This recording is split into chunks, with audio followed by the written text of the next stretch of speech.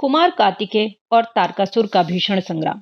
कार्तिकेय द्वारा तारकासुर का वध, देवताओं द्वारा दैत्य सेना पर विजय प्राप्त करना, सर्वत्र विजयोल्लास, देवताओं द्वारा शिवाशिव तथा कुमार की स्तुति।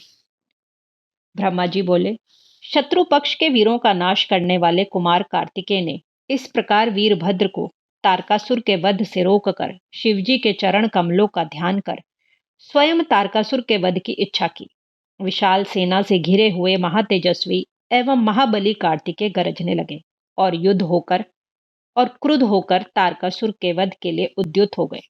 उस समय देवताओं, गणों एवं ऋषियों ने कार्तिकेय का जय जयकार किया और उत्तम वाणी से उनकी स्तुति की। उसके बाद तारकासुर तथा कुमार का अत्यंत दुस्सह, समस्त प्राणियों को भय देने वाला एवं महाघोर संग्राम होने लगा।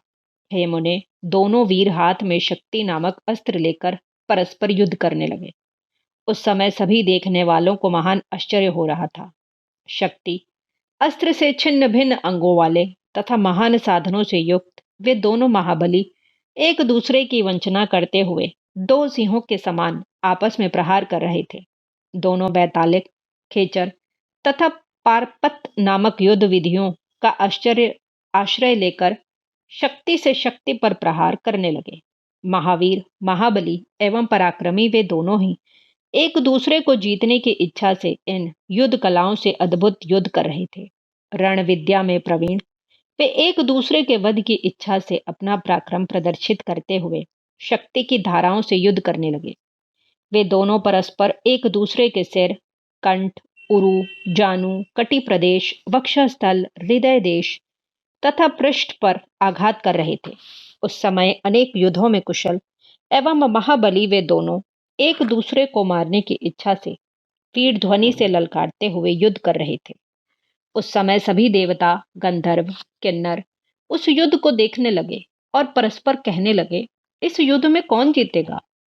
तब देवताओं को सांत्वना देते हुए आकाशवाणी हुई कि इस युद्ध में यह कुमार तारकासुर का वध करेगा।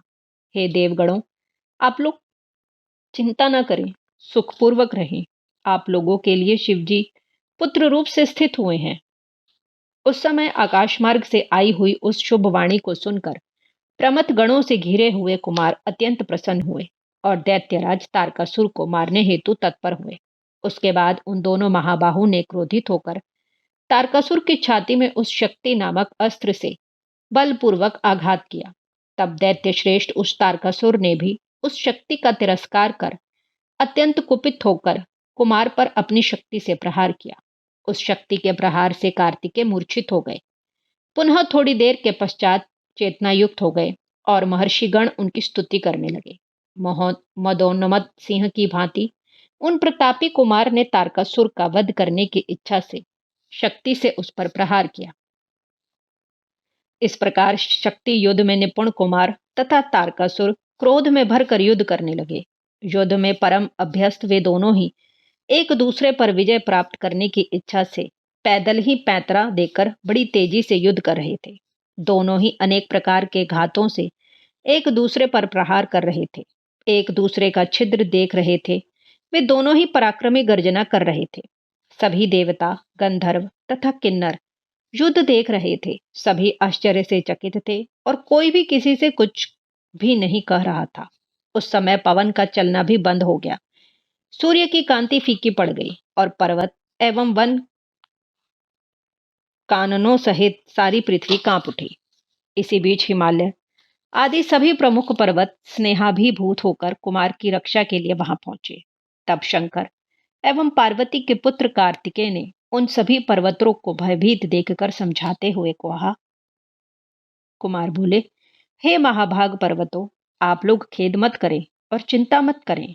मैं आप सभी के देखते देखते इस पापी का वध करूंगा।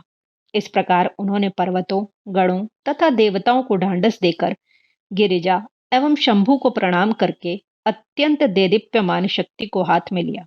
उस तारक को मारने की इच्छा वाले शंभु पुत्र महावीर महाप्रभु कुमार हाथ में शक्ति लिए हुए उस समय अद्भुत शोभा पा रहे थे।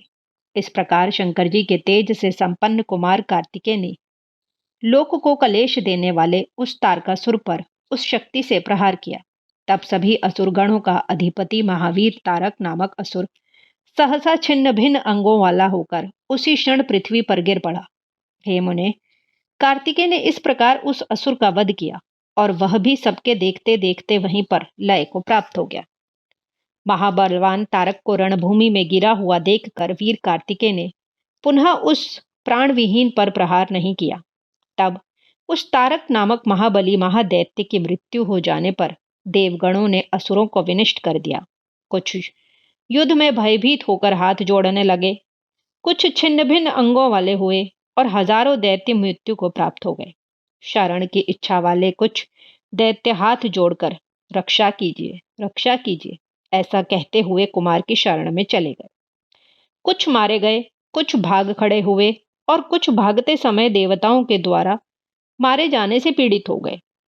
जिनकी इच्छा वाले हजारों दैत्य पाताल लोक में प्रविष्ट हो गए और कुछ दीनतापूर्वक निराश होकर भाग गए। हे मुनीश्वर, इस प्रकार संपूर्ण दैत्य सेना विनष्ट हो गई। उस समय देवताओं तथा गणों के भय से कोई भी असुर वहां रुक न सका। उस दुरात्मा के मारे जाने पर सभी लोग निष्कंटक हो गए और इंद्रादि वे सभी देवता आनंद मग्न हो गए। इस प्रकार विजय को प्राप्त करने वाले कुमार कार्तिकेय को देखकर सभी देवता एक साथ प्रसन्न हो उठे एवं सारा त्रैलोक्य महासुखी हो गया। उस समय भगवान शंकर भी कार्तिकेय के विजय का समाचार सुनकर अपने गणों तथा पार्वती के साथ प्रसन्नता पूर्वक वहां आ पहुंचे। स्नेह से भरी हुई पार्वती जी सूर्य के समान तेजस्वी अपने पुत्र कुमार को अपनी गोदी में लेकर अत्यंत प्रीतिपूर्वक लाड़ प्यार करने लगे। उसी समय अपने बंधुओं, अनुचरों और पुत्रों सहित हिमालय भी वहां आकर शंकर, पार्वती तथा कुमार की स्तुति करने लगे। तदनंतर सभी देवता, मुनि, सिद्ध एवं चरण चारण शिव, शिवा एवं कुमार की स्तुति करने लगे। देवादिकों ने आकाश मंडल से पुष्पों की वर्षा की, गंधर्वपति गान करने लगे तथा अप्सराएं नृत्य करने लगी। उस समय विशेष रूप से बाजे बजने लगे और ऊंचे स्वर से जय शब्द तथा नमः शब्द का उच्चारण बारंबार होने लगा। तब मेरे साथ भगवान विष्णु विशेष रूप से प्रसन्न हुए और उन्होंने आदर पूर्वक शिव, शिवा एवं कुमार की स्तुति की। इसके बाद ब्रह्मा, विष्णु, इंद्र आदि देवता, मुनि तथा अन्य लोग कुमार को आगे कर प्रेम पूर्वक उनकी आरती उतारने लगे। उस समय गीत बाजे के शब्द से तथा वेद ध्वनि के उद्घोष से महान उत्सव होने लगा और विशेष रूप से स्थान स्थान पर कीर्तन होने लगा।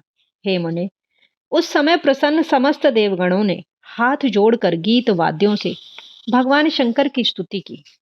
उसके बाद सबके द्वारा स्तुत तथा अपने गणों से घिरे हुए भगवान रुद्र जगत जननी भवानी के साथ अपने निवास स्थान कैलाश पर्वत पर चले गए। इस प्रकार श्री शिव महापुराण के अंतर्गत द्वितीय रुद्र संहिता के चतुर्थ कुमार खंड में तारकासुर वध तथा देवताओं का उत्सव वर्णन नामक 10वां अध्याय पूर्ण हुआ।